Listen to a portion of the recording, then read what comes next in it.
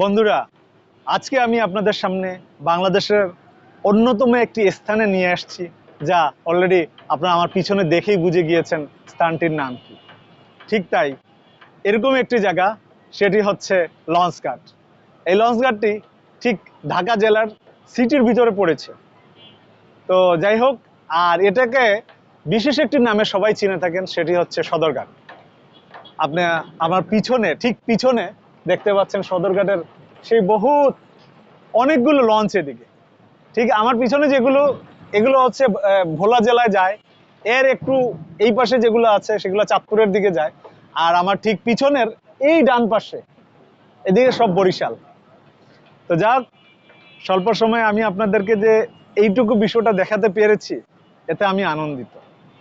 আর এরকম একটি দৃশ্য কার না ভালো লাগে। বিকালবেলায় যদি সময় হয়, আপনারা যদি কখনো ঢাকার এই স্থানটিকে এসে থাকেন, তাহলে আপনাদের জন্য দাওয়াত রইল, একবার ঘুরে যাবেন।